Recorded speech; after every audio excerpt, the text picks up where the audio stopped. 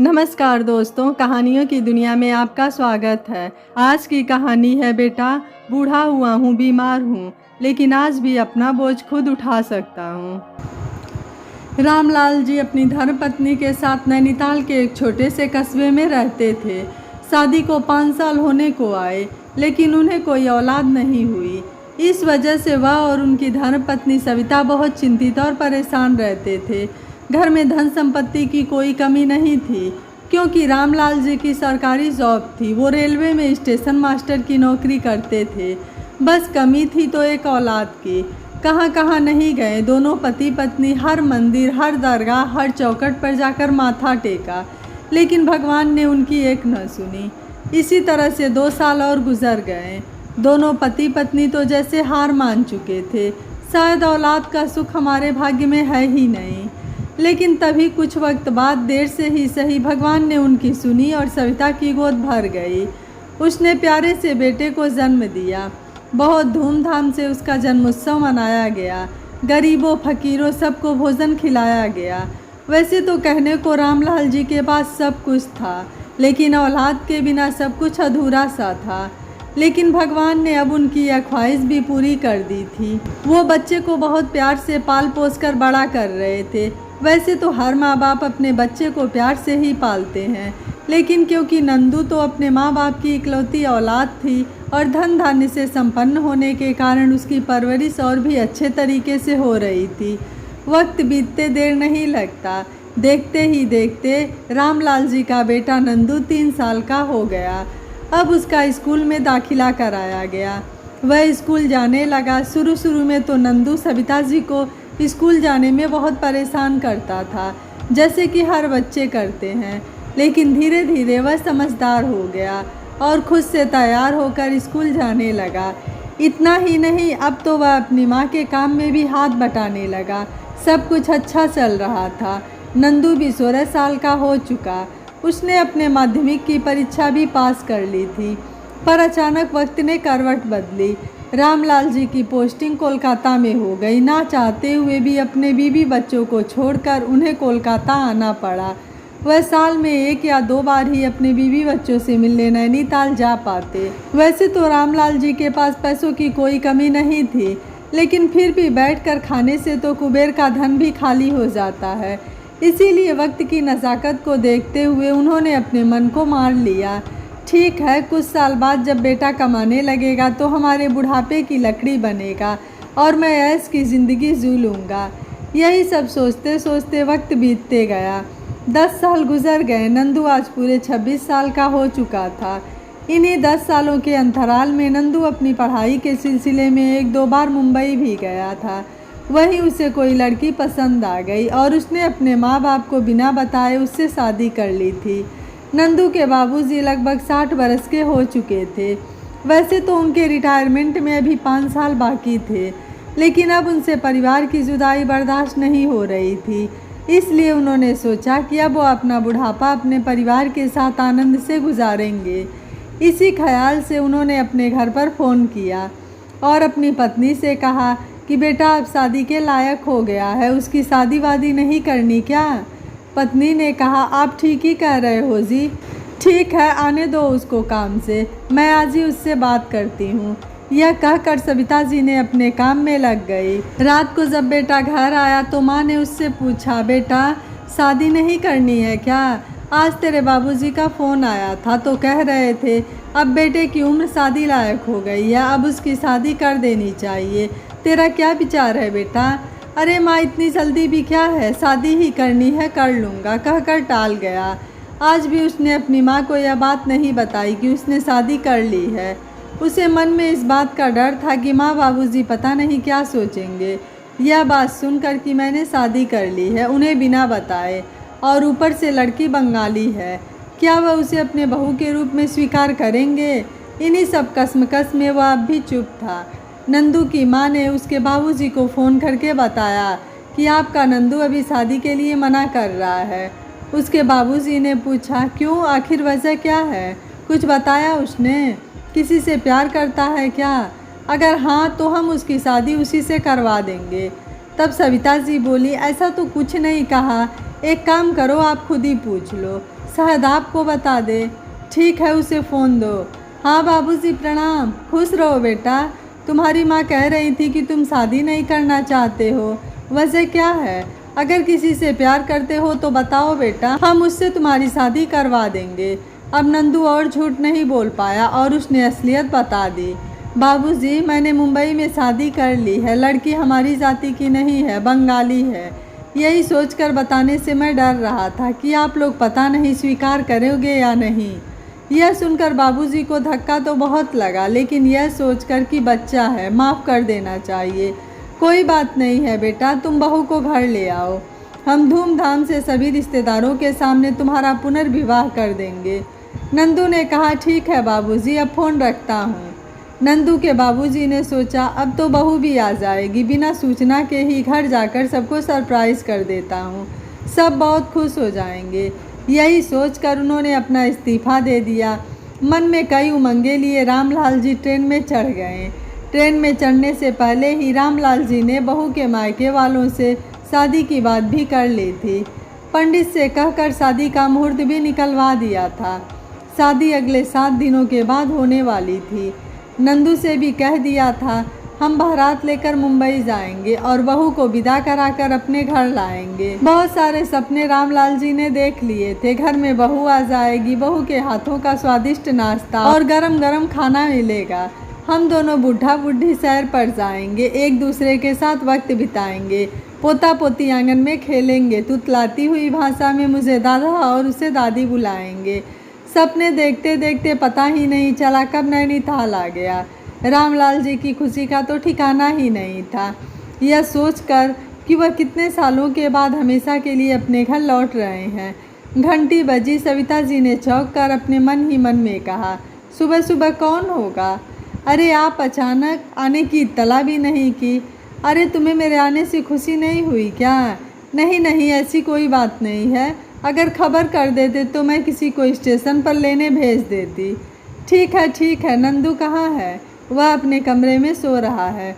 अच्छा बैठो, तुमसे कुछ बात करनी है।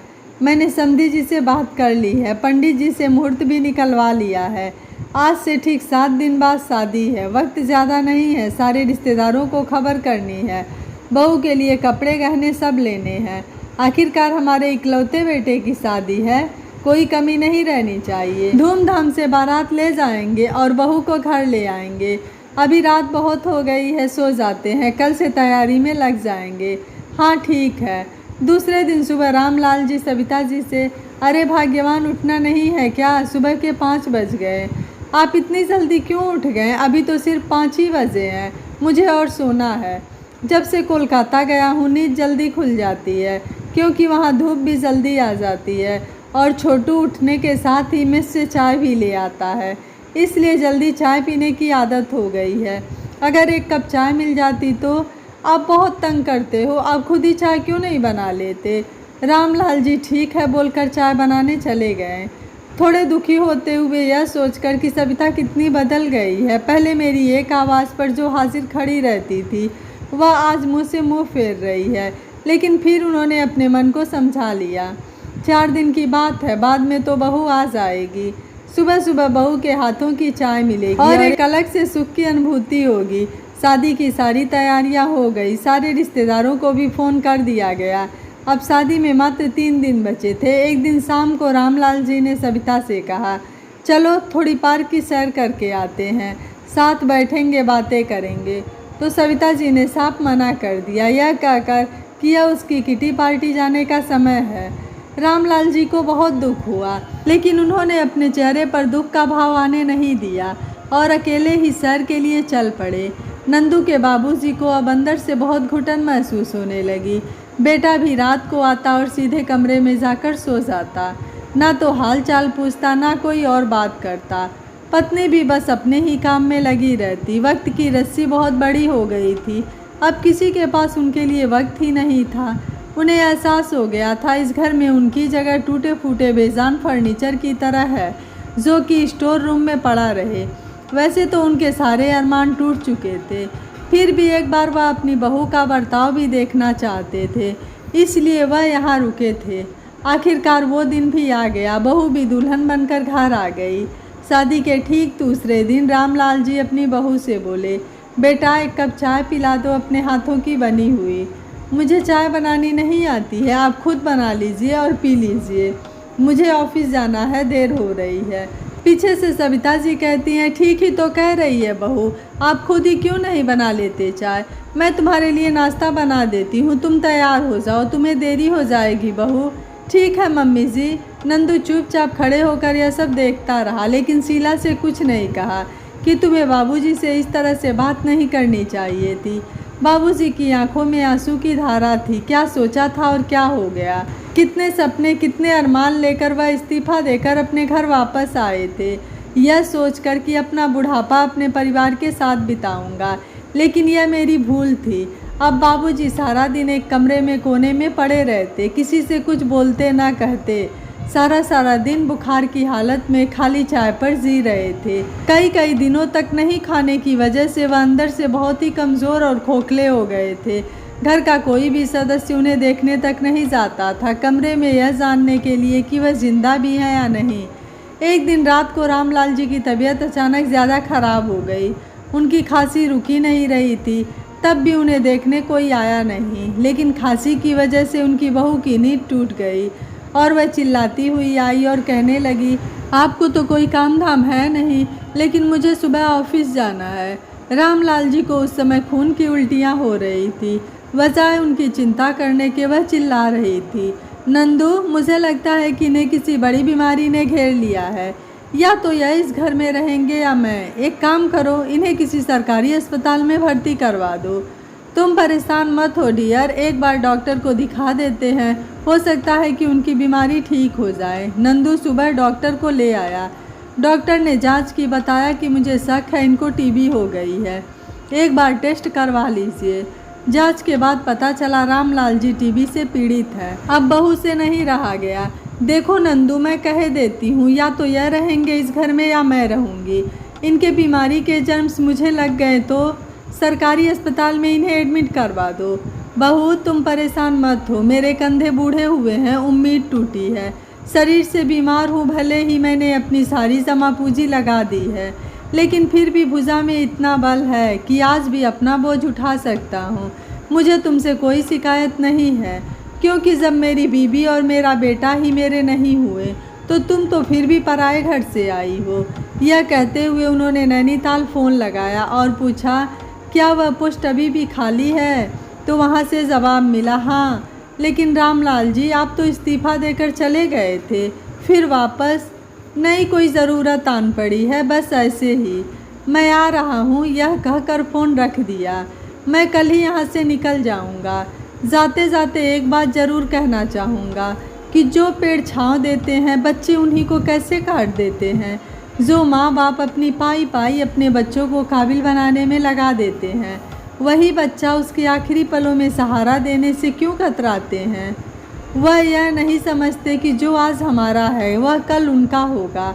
आज हम बूढ़े हुए हैं, कल को वो भी होंगे। यह कहकर रामलाल जी अपने थोड़े से सामान की पैकिंग कर अपने नए सफ़र के लिए निकलने लगते हैं। उनकी पत्नी और बेटे को अपनी गलती का एहसास होता है और वह उन्हें रोकने लगते हैं, लेकिन रामलाल जी उनकी बातों को अनसुना करते हुए अपने सफ़र पर निकल जाते हैं। वहां पहुंचकर रामलाल जी का इलाज चलता है और रामलाल जी बिल्कुल स्वस्थ हो जाते हैं और अपनी नौकरी करने लगते हैं। इधर रामलाल जी की पत्नी भी इस घटना को भूलकर आराम से अपनी ज़िंदगी बिताने लगती है। कुछ दिनों बाद एक दिन उनकी तबीयत खराब हो जाती है और वह सुबह अपनी बहू को चाय बनाकर नहीं दे पाती हैं। शीला उठती है और पूछती है, माँ जी मेरी चाय कहाँ है?